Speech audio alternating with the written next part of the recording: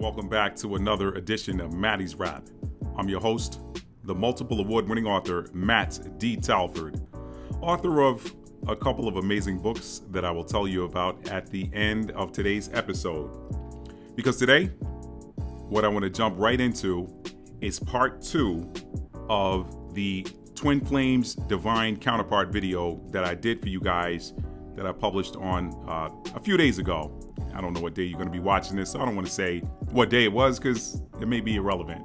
But anyway, if you have not seen part 1 of the Twin Flames 2-part video series, I will put a link in the description box for you to watch part 1 either before or after you're done with this episode.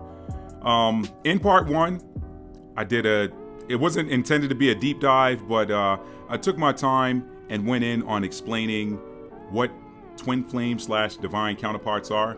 I told you guys why I prefer the term Divine Counterparts to Twin Flames. I explained in that video why Twin Flame status should not be a relationship goal.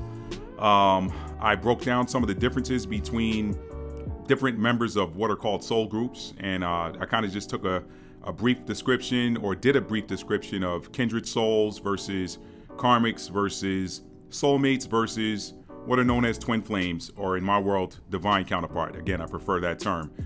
I also, what else did I do in that video? I kind of just gave you guys some examples on, the 2 different schools of thought with regards to what twin flames are or how they're made. Are they 2 souls independently that are connected, or are they one soul split in between 2 bodies? I kind of went into that. So again, I don't want to do a complete recap of that video, but if you guys have not seen it, go ahead and click the link in the description box below. Now, before I get into today's video, I want to say special shout out to my new and returning subscribers. Thank you guys, thank you guys, thank you guys. The subscription numbers to the channel continues to grow, and I could not do that without you guys' energy. I could not do it without your likes, your comments, your shares. I could not do it without the off-topic or, sidebar conversations that we have in Instagram Messenger. So you guys follow me on Instagram at Matt D. Talford, and send me a message. If I can get to it, I will happily respond to you guys. Thank you. Special shout out to Connie. Connie, you know who you are. You're always commenting in the videos, and I love your energy. So I just wanted to, I love all you guys, but I wanted to give a special shout out to my friend Connie. Connie, you're special. Thank you so much. Now, let's get into today's topic after this short break. You're watching Matty's Rap with Matt D. Talford. Family, we're back. Now let's jump right in. Karmics, false twins, real twins. Karmics, false twins, real twins. All right, let's break down some differences. What is a karmic? A karmic and a false twin can be the same, but they're not necessarily the same. All right, all false twins are karmics, but not all karmics are false twins. Let me explain to you what that means. A karmic can be a person, a thing, a situation. A karmic can be anything that physically comes between these true divine counterparts. A karmic can be anything. A karmic can be a friend that don't want you guys together. That's not necessarily a false twin, because that divine masculine has no type of magnetic attraction to their friend. So that friend is serving the roles of karmic because they're like, girl, I don't think you should mess with him, or bruh, I don't know if you should mess with her, man. Nah. It could be a jealous friend, all right? Could be a jealous friend, or it could be somebody who means you well, but they don't really understand. They don't understand spiritual things, all right? They may understand religious things, and they may use religion to double down on their role as a karmic, but they don't understand spiritual things. So, but they mean well. They mean well. Hey, I don't think you should, I don't think this is ungodly. Don't deal with that. That's one example.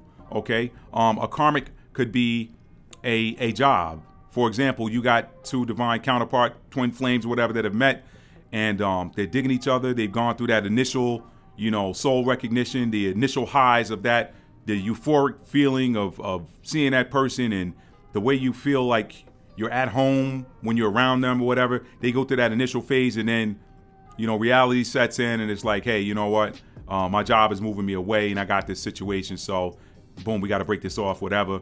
That job could be a karmic, okay? The distance traveled could be a karmic. And then, of course, there is the false twin. All false twins are karmics. Not all karmics are false twins. What is a false twin? A false twin is a person, okay? Another soul, rather. Now, let's not deal with the physical. Let's deal with the soul level. The false twin is another soul that gives off the same type of energy as a real twin. And that false twin is typically going to be a feminine energy. Feminine energy. What is feminine energy? It is spiritual. It's spiritual, okay? Now, so you got the real, and again, if you guys don't see where I'm going with this, the divine feminine archetype is not phased by karmics. They don't deal with karmics. They don't deal with false twins. You'll never see a divine feminine confuse a divine masculine for a false divine masculine. They don't get it confused because that divine feminine already lives in the spirit realm. And with the spirit sees all. Spirit sees all, it feels all, it knows all. Okay? It is a divine masculine archetype that gets confused into gets confused on whether or not this person is my true divine counterpart. First of all, they don't even know what a twin flame is for the most part. They don't know what a twin flame / divine counterpart is. All they can identify with is a powerful magnetic attraction, okay? So what happens with the divine masculine archetype is they have a powerful magnetic attraction to this soul over here, and then they have another powerful magnetic attraction to this soul right here. And so they become confused. Part of that confusion is one of these powerful magnetic attractions is pure spirit, pure. The other powerful magnetic attraction is also spirit, but it tends to be a lower vibrational spirit. We know that the lower vibrations live more toward the physical realm versus the higher vibrations that live toward the spirit realm.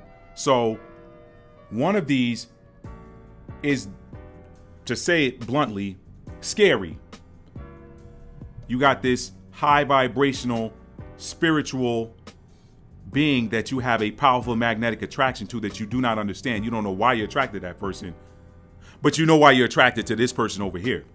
So what happens is that divine masculine, they get confused and they have a powerful magnetic attraction to this one over here, but it's because that one is using lower vibrational spiritual energy, so it's still feminine, but they come with 3D physical things that divine masculine can understand. Typically, money, power, sex. Those three things. Physical goods. Hey, what can this person get me? What can this person do for me? That other one, that high vibrational spiritual person, they just want to coexist. Spiritually and physically, because they both feel the same thing. It's equal. These are mirror souls. So what one is feeling, the other one's feeling. I talked about that in part 1. If you haven't seen part 1, go click that link. Okay. But it's just pure. It's like, look, I don't want anything from you. I just want to, I feel like you're a part of me. I just want to be around you. I want to be in your company. I feel like we belong together. Like, you feel like home. Over here, it's like, yeah, you know, you feel like home. But, you know, what now this is the false twin. The real twin, I mean, the divine masculine that sits in the middle, because again, you're talking about a pure feminine energy right here, a high vibrational feminine energy, a low vibrational feminine energy. Calling it what it is. Calling it what it is. You can't have a false twin that is high vibrational. Otherwise, it's a real twin. And you don't have two of them. There's some twin flame teachers out here that out here telling people they got multiple twins. First of all, that dispels the word twin. What is twin? Twain. What is twain? Two. Okay? Same first two letters, TW. Twain, two, twin. It's always two. So there's no way somebody has, and I'm not calling any names, but there's some people out there in different social media platforms that are telling people they have multiple twins, and if this one doesn't work out, then go get another one. That's not how that works. That's not how the divine created it. Okay? They wouldn't be called twin souls. They wouldn't be called mirror souls if that were the case. You got one person standing in the mirror. How many images do you have in the mirror? You got the person here and then the mirror image of themselves. That's two. Twain. Okay? If you got two standing in the mirror, then you got four. It's always two. Okay? So these people that are telling you that you got multiple options out here, whatever, toss that. Toss that. We're talking about a real twin versus a false twin.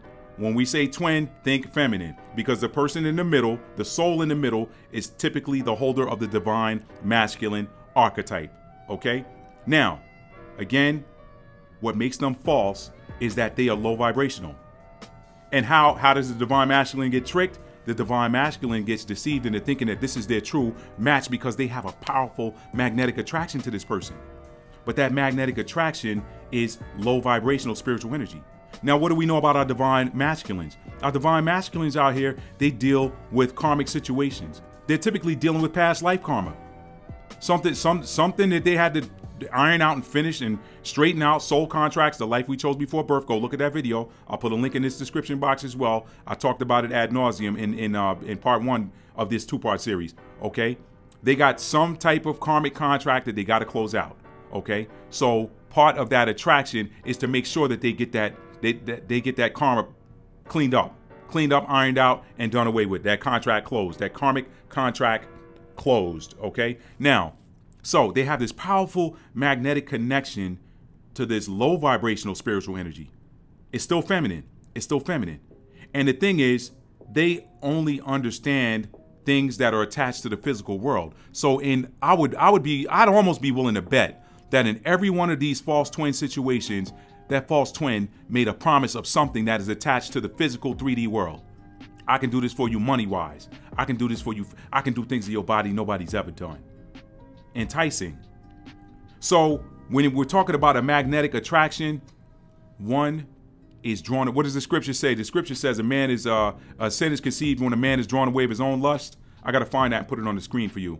Drawn away of their own lusts. Okay. What is sin? I talked about that in another video. It ain't all this stuff that the church established. Sin just means dysfunction. So these relationships with these false twins tend to be dysfunctional. They just don't work. They appear to work in the beginning, but there's always something too that is a clue that, yeah, I got a strong magnetic attraction, but I don't like this one or two things. You know what I mean? So it's not unconditional. It's not unconditional. It starts off powerfully magnetic. And you know what? I'm going to jump ahead. I got a note in here. I don't even need to look at it. I give you the difference between the true divine feminine and the false divine feminine, okay? The false divine feminine, both of them are magnets. But I'm going to show you this. Watch this. You got a powerful industrial strength magnet that they use in manufacturing. Boom. That magnet is so powerful, it doesn't let anything go unless somebody turns that switch off to turn off that magnetic energy, okay, that binds metal to this magnet. Powerful industrial strength magnet. The other one, it's a magnet too, but it's a refrigerator magnet. Y'all know them refrigerator magnets they all have shelf lives, okay? Especially them little flimsy ones that is a scene of some place that you went through, like, or somebody gave you a magnetic calendar, these little flimsy little magnets. After a while, they won't even stick to your refrigerator hardly. Those are weak magnets. They're still magnetic, but it doesn't match this true high vibrational divine feminine spiritual magnetism. Okay, so again, to recap, how that works with that false twin is that false twin also is a feminine energy. What is feminine energy? Spiritual, but it's coming with low vibrational spiritual energy. Lust, all things low vibrational. Nothing pure love is over here. That's high vibrational. That false twin, they don't have pure love.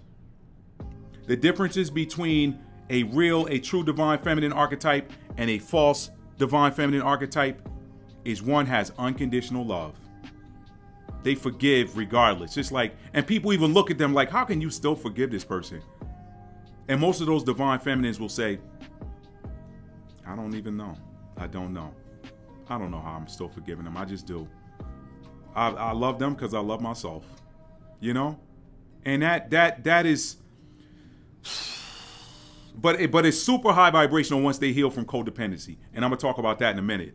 That lower vibrational divine feminine, they usually got conditions attached. They're usually putting stress on the divine masculine that is not self-imposed. I'm not saying that this divine masculine is not stressed out by that true divine feminine, but it's self-imposed, self-sabotaging type of stress that is coming from the divine feminine.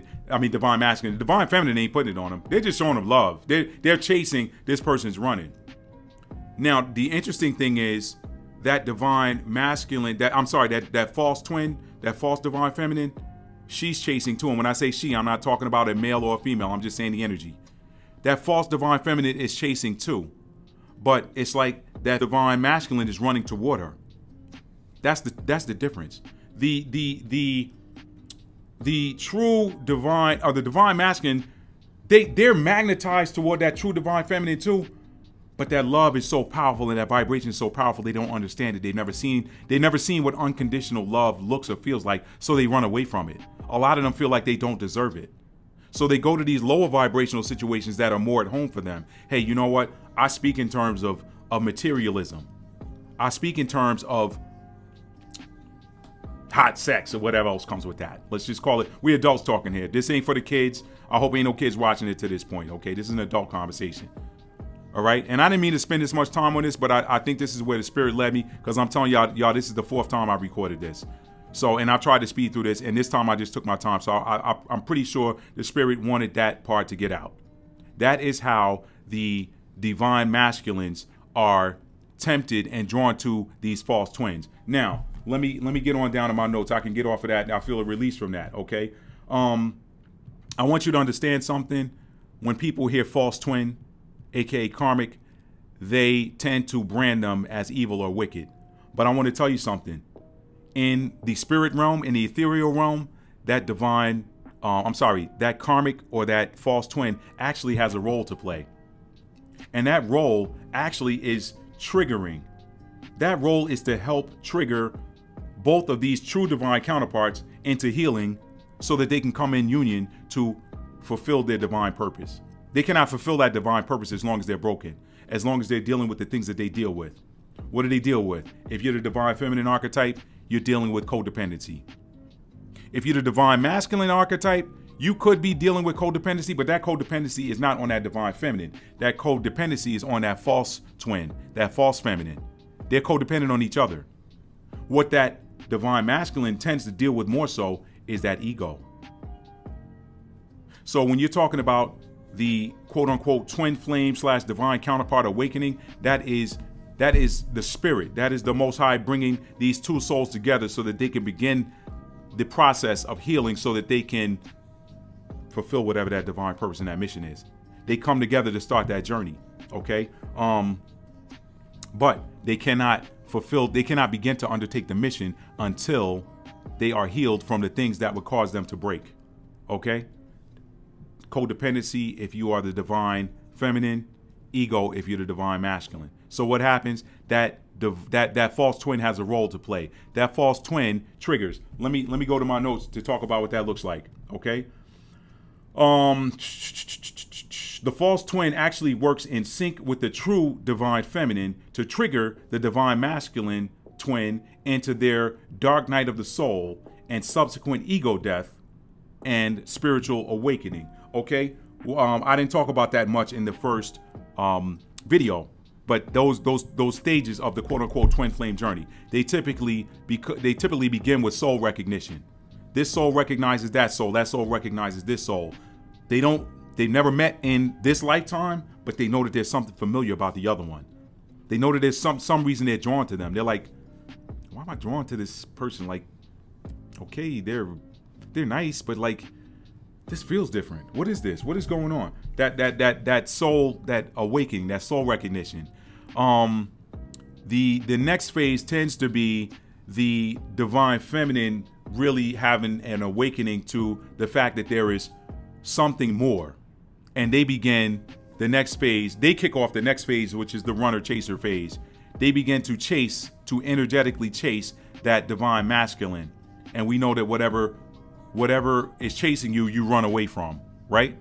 If I'm chasing something, that means something is running away from it. Because if it's standing still, I don't need to chase it.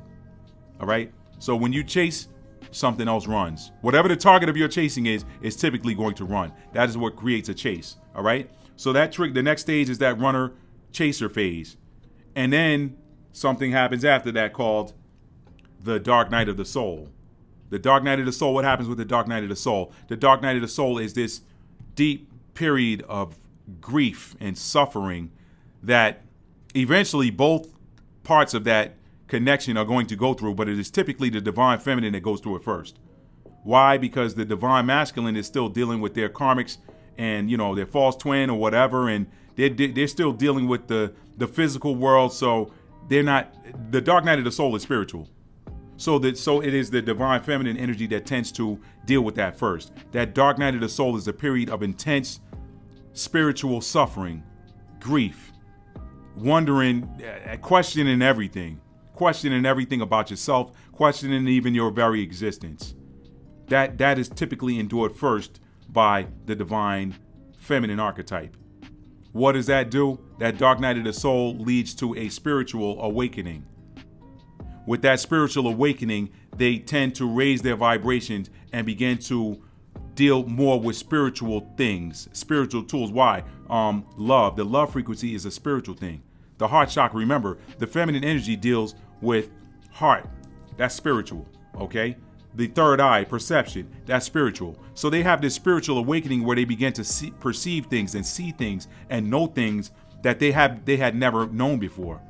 A lot of them begin to move away from whatever their earthbound tasks are, jobs or whatever, and they begin to come into their spiritual mission on earth. A lot of them are what are known as light workers. A lot of them are empaths. A lot of them are what are called star seeds and indigo children and earth angels. These are a lot of labels that you see applied to the divine feminine archetype. And they truly are the embodiment of those energies, because they tend to have, if I can just use two words to describe all of those, pure love. They have pure love. And part of that dark night of the soul and that spiritual awakening is so that they can begin to heal themselves and give themselves some of the love that they give to others.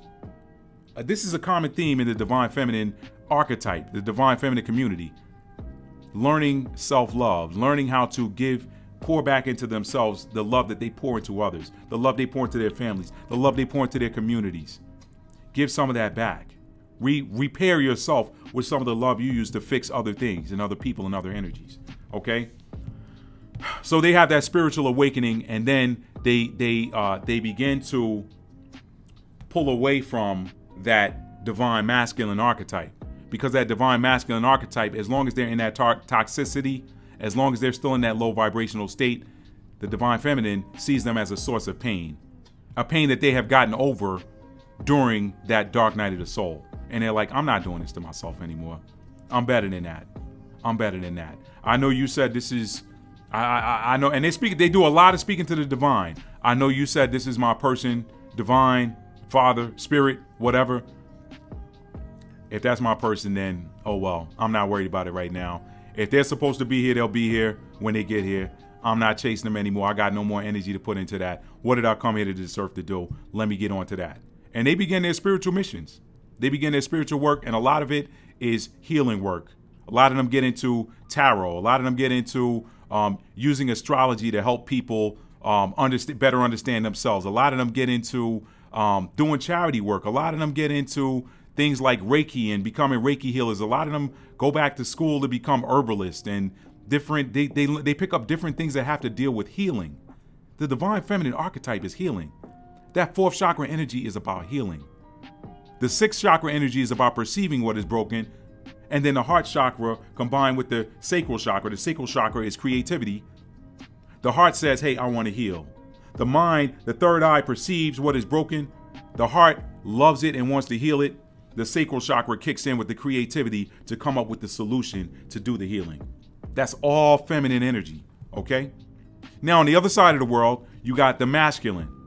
The masculine, when they no longer feel, see that masculine actually, believe it or not, even though they're dealing with a false twin per se, they get some sort of energetic healing from that true divine feminine that they don't understand. They just know that, hey, whenever I'm around this person, man, I just feel good. Like I feel a state of homeostasis. Look that word up. That's homeostasis is what, look it up. Maybe I'll put the definition on the screen, okay? But it's like they feel a sense of homeostasis. They're just like, hey, I'm level. Everything is cool, all right? Everything is okay. I'm level right now. when they leave the presence of that divine feminine, that true divine feminine, that healing lasts for a while, but the more they get back into the physical world and the toils and strifes of the physical world, it starts to wear off. But what happens is when that divine feminine pulls away, now that divine masculine archetype no longer has access to their true source of healing.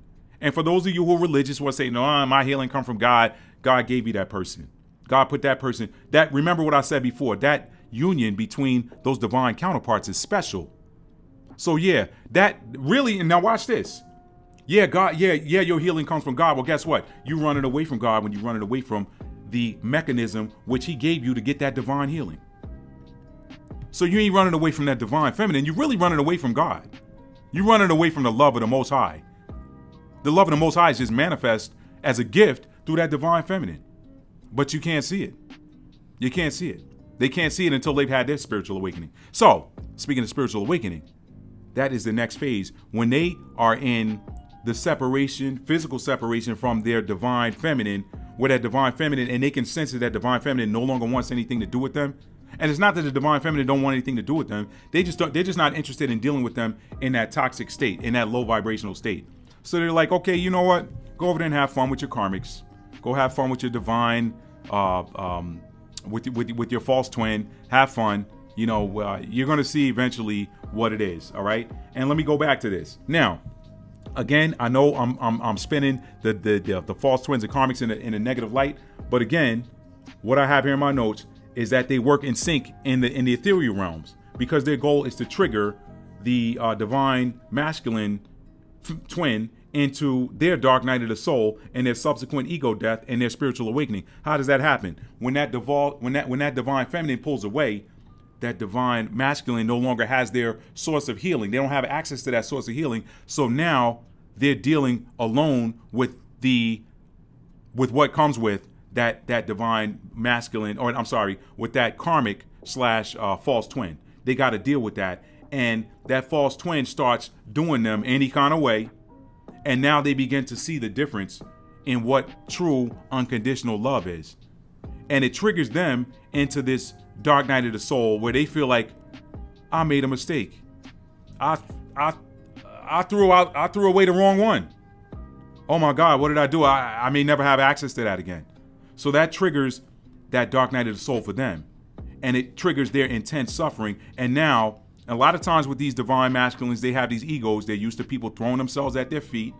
You know, they're used to getting whatever they want.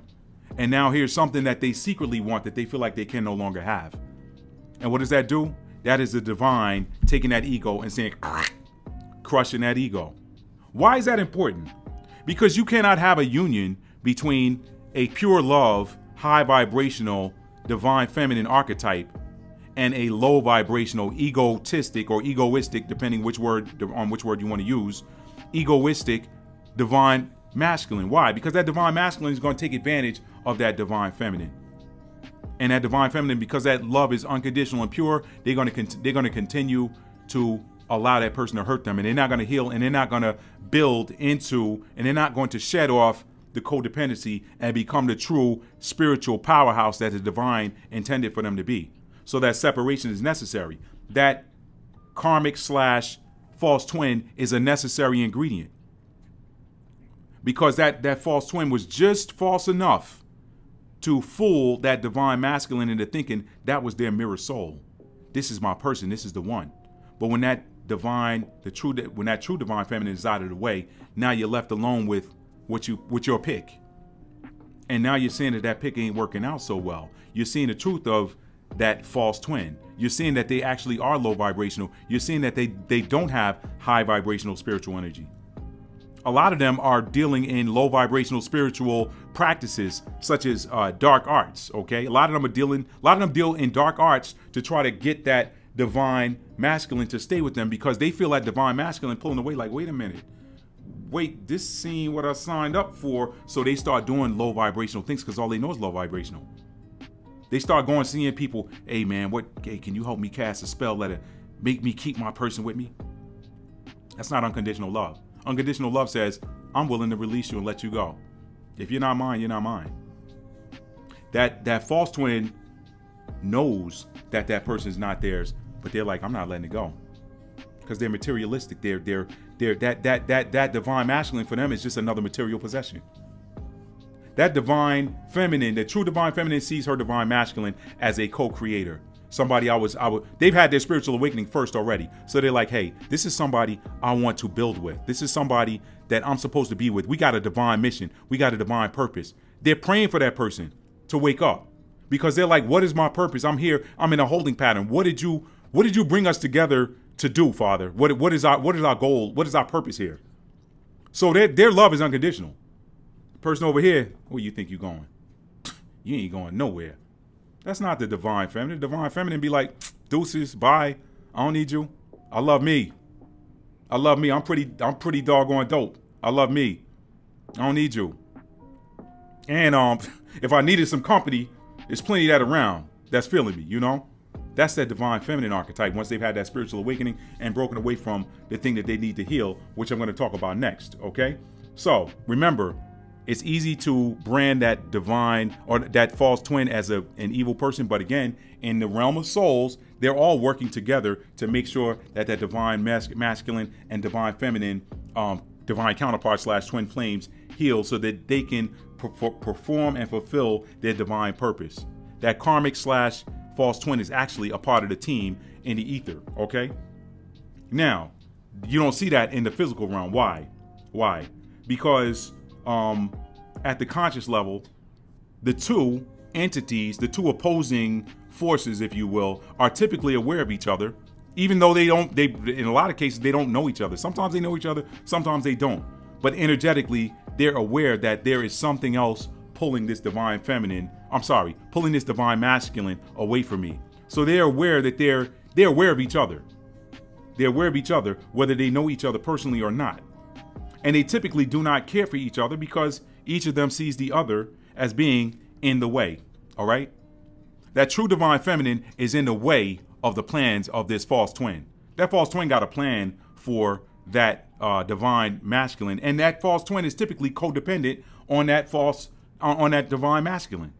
There's codependency there too. But the thing is, there is mutual codependency on the low vibrational side. On the high vibrational side, the divine masculine, the codependency is not the same, and it's typically heavier for the divine feminine. But because that divine feminine archetype, they always want to make sure everybody's okay. They tend to put others before themselves. That is a form of codependency.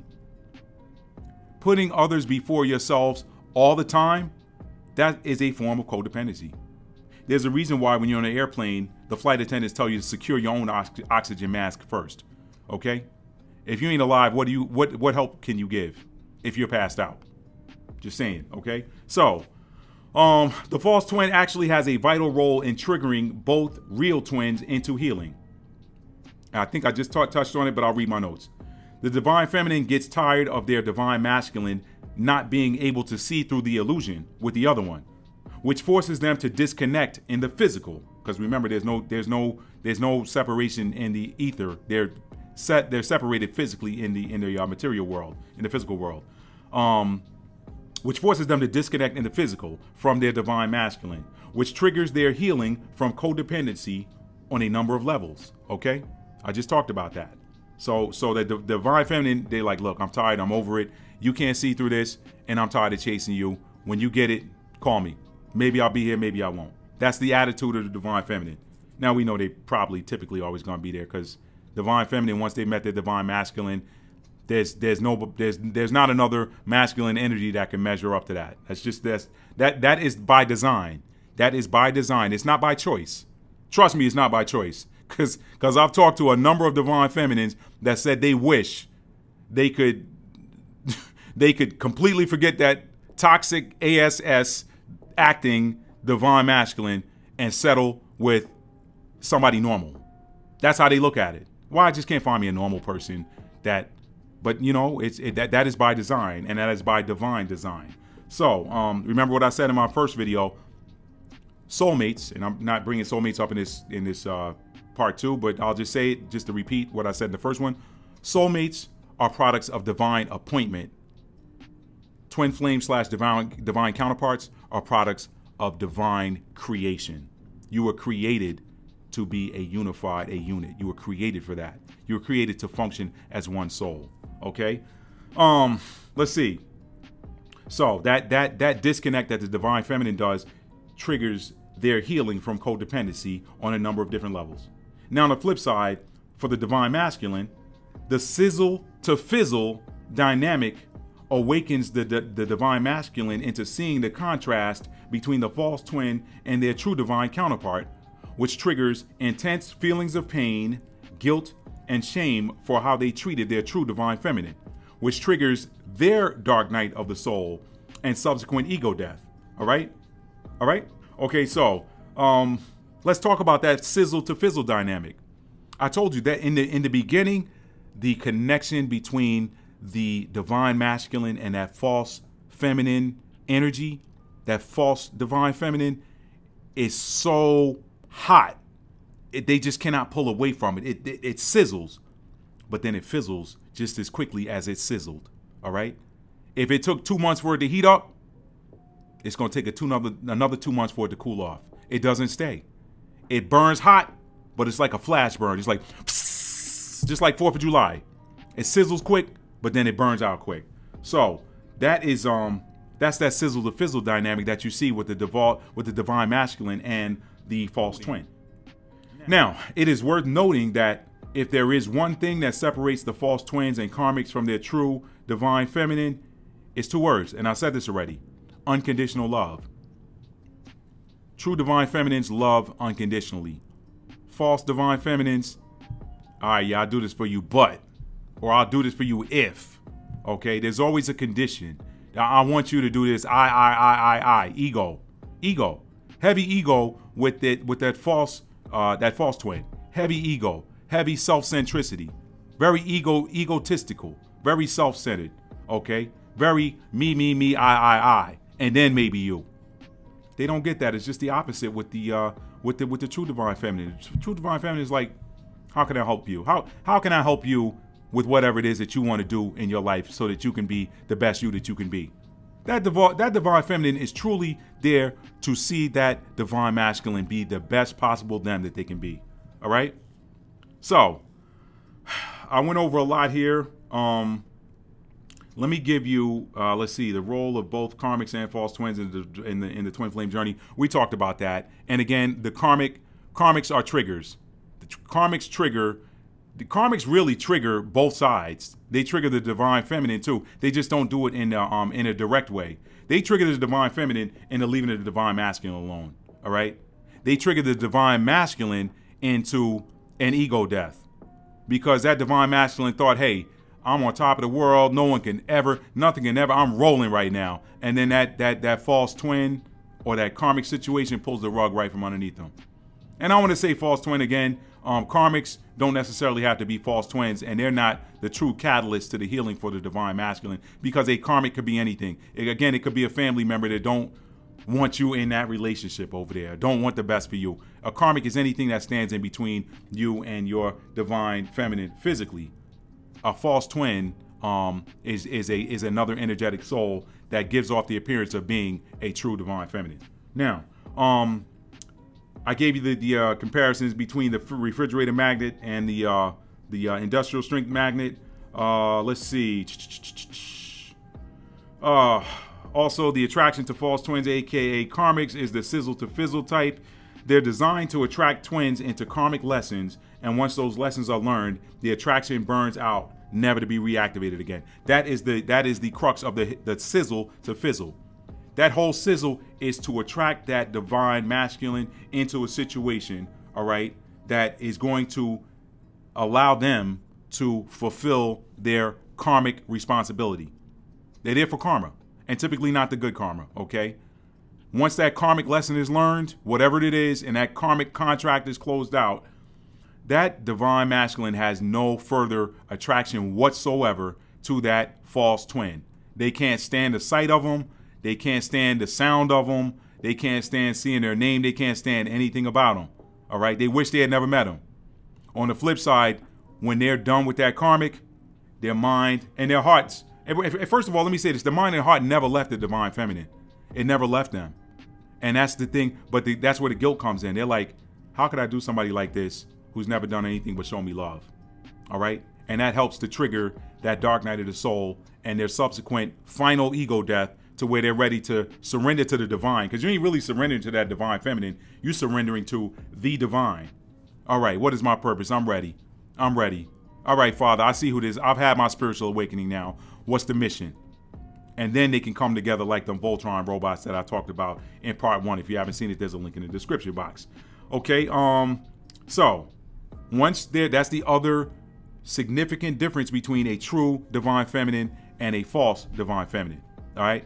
That false divine feminine, when that divine masculine is done with them, they're like, oh my God, man, how did I ever even end up with somebody like that? It's never the case with the divine feminine. Once that soul, the true divine feminine, once that soul awakening happens and that soul recognition happens, at the core level of the soul, there's a beacon that goes off and they know that's their person. They just have to work through that confusion. They have to work through that confusion. To work through that confusion, they got to work through the material world, the ego. Once they've worked through the material world and the ego, there's nothing left but the spirit. And then they make that spiritual connection. Okay?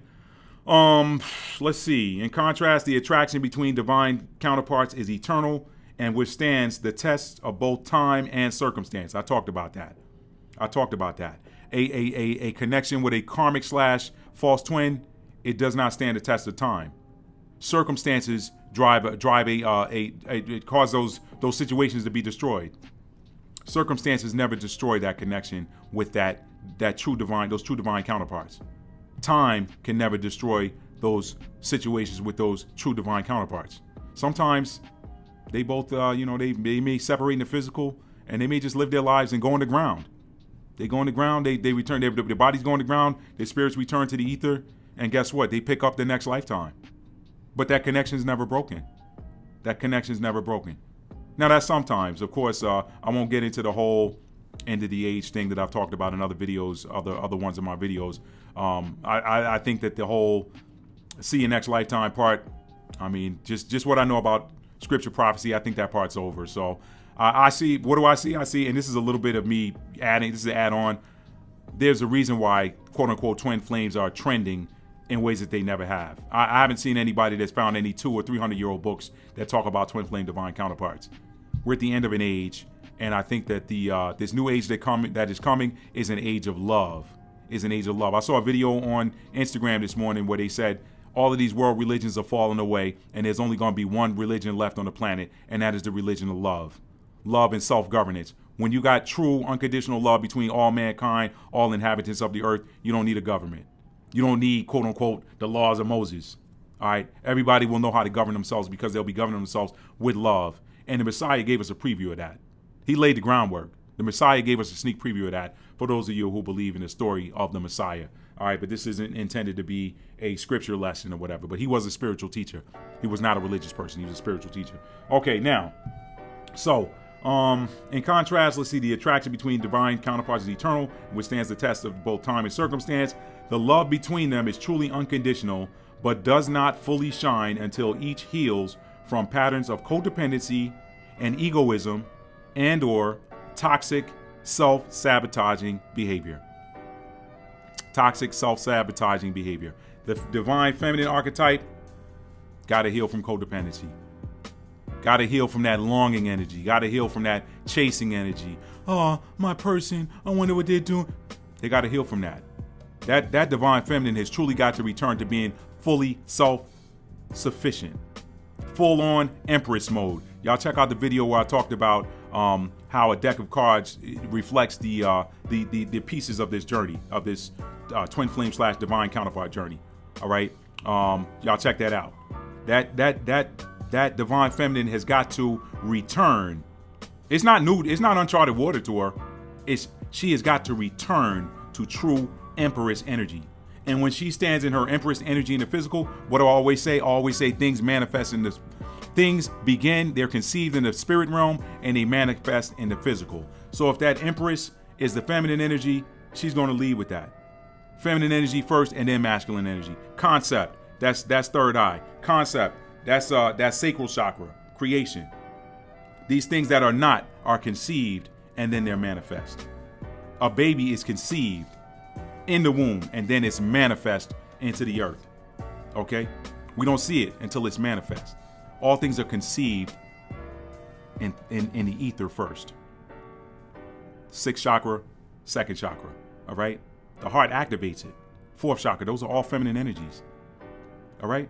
So when that divine feminine returns to her empress energy, she cuts off all attachments. She cuts off any need for feeling like I got to have my divine masculine in my life.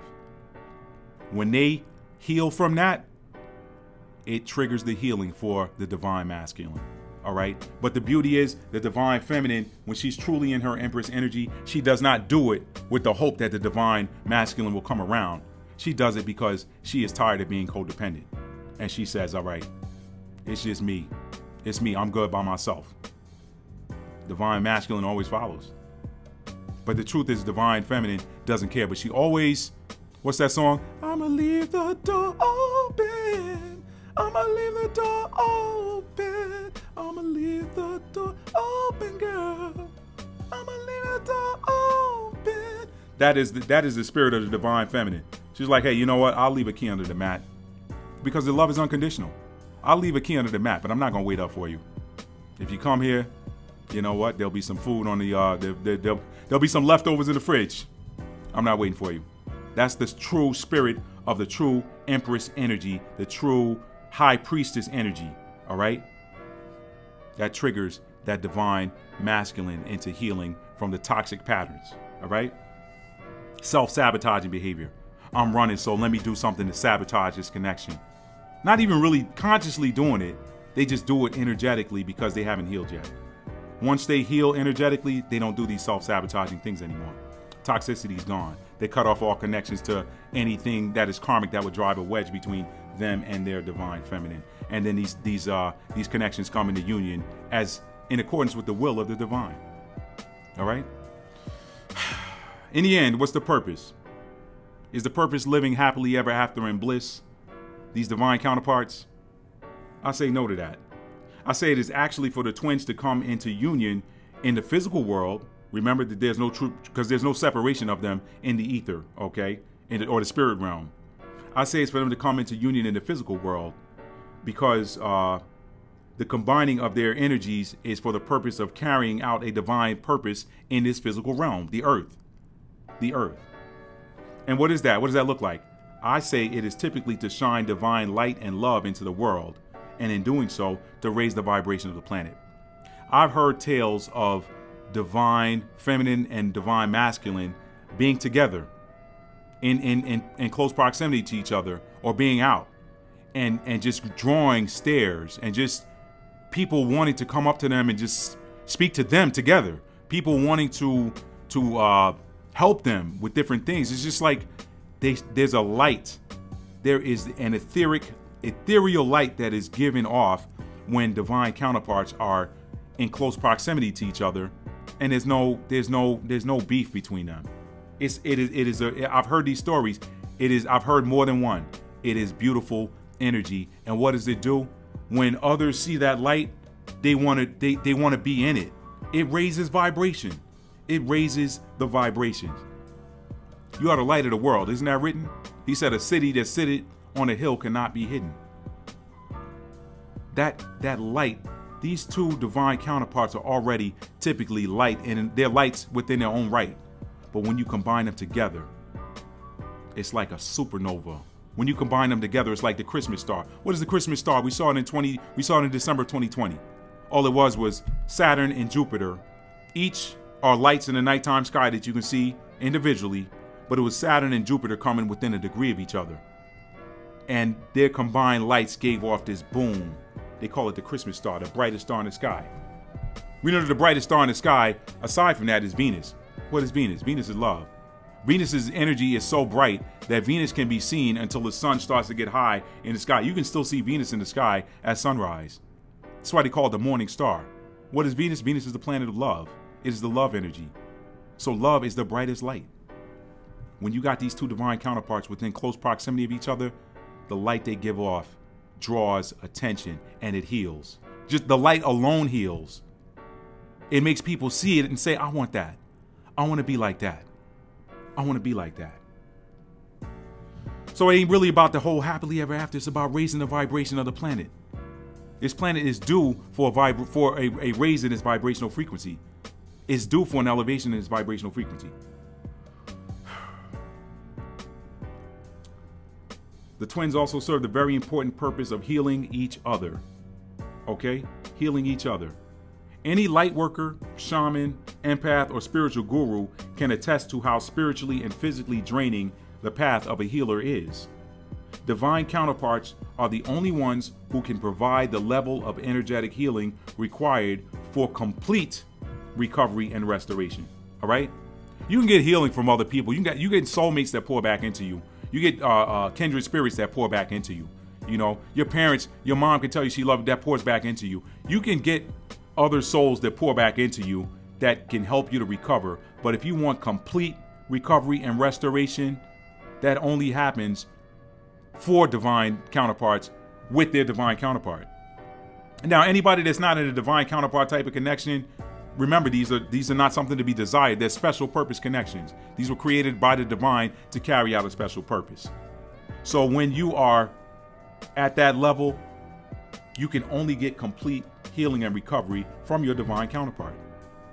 So that's the other purpose they serve. They serve the purpose of healing each other. You've heard it. You've heard me say it tonight. You've heard other people say it. Divine counterparts, when they're around each other, they just feel like they feel like home. It feels, the word that they use in a lot of these circles is home. There's not a better word to describe it. Like, they're like, this just feels, I use the word homeostasis. Y'all look that word up. Somebody leave the answer in the comments, all right? But yeah, there are other purposes to heal each other. Why? Because they have an important mission that involves spreading light. You know, the brightest lights require the strongest batteries. The brightest lights on the planet require the strongest batteries. All right? When that battery gets drained, you can't just put that back in a standard battery charger. It's got to go in a specially made charger for that particular battery, because that battery that battery goes into a light that shines the brightest. All right? So, false twins and karmics do not heal the connections between themselves and divine masculines, because their connections are typically toxic and are void of true and unconditional love. So there you have it. There you have it. That's the end of my notes. I hope you guys got the contrast between karmics and / false twins and true twin flame divine counterparts. This video was necessary, and as you can see with the length of it, this is why I did not want to put this on the first one. So this concludes my 2-part series on twin flames, or as I like to call them, divine counterparts. It is not something, again, I'll repeat what I said in video number 1. This is not relationship goals. It ain't something to look for. If you have a divine counterpart, that divine counterpart is going to show up in your life at divine timing. It's not something to look for. Because let me tell you, the first few days or weeks, as I'm told, are euphoric. And then when that runner chaser phase starts, it turns into a nightmare. It turns into a nightmare. And that dark night of the soul lasts different lengths of time for some people. For some people it's weeks. For some it's months. For some it can last a year or longer. Okay. But the end goal is a spiritual awakening and healing and moving into your divine purpose. All right. And again, these counterparts, their movements by themselves, but they're forced when they're together. They're good all by themselves. They make each other better. I know that was bad, Neo. Y'all know the song. Anyway, that is how it is. Voltron, I use the Voltron. Go look at the first video. I'll put a link to the Voltron trailer in there. That Voltron trailer is very telling. I couldn't even see it when I first saw it. But now I understand it, because I'm far more spiritually advanced than I was as a little boy. So anyway, family, there'll be some links to the books I've written in the description box below.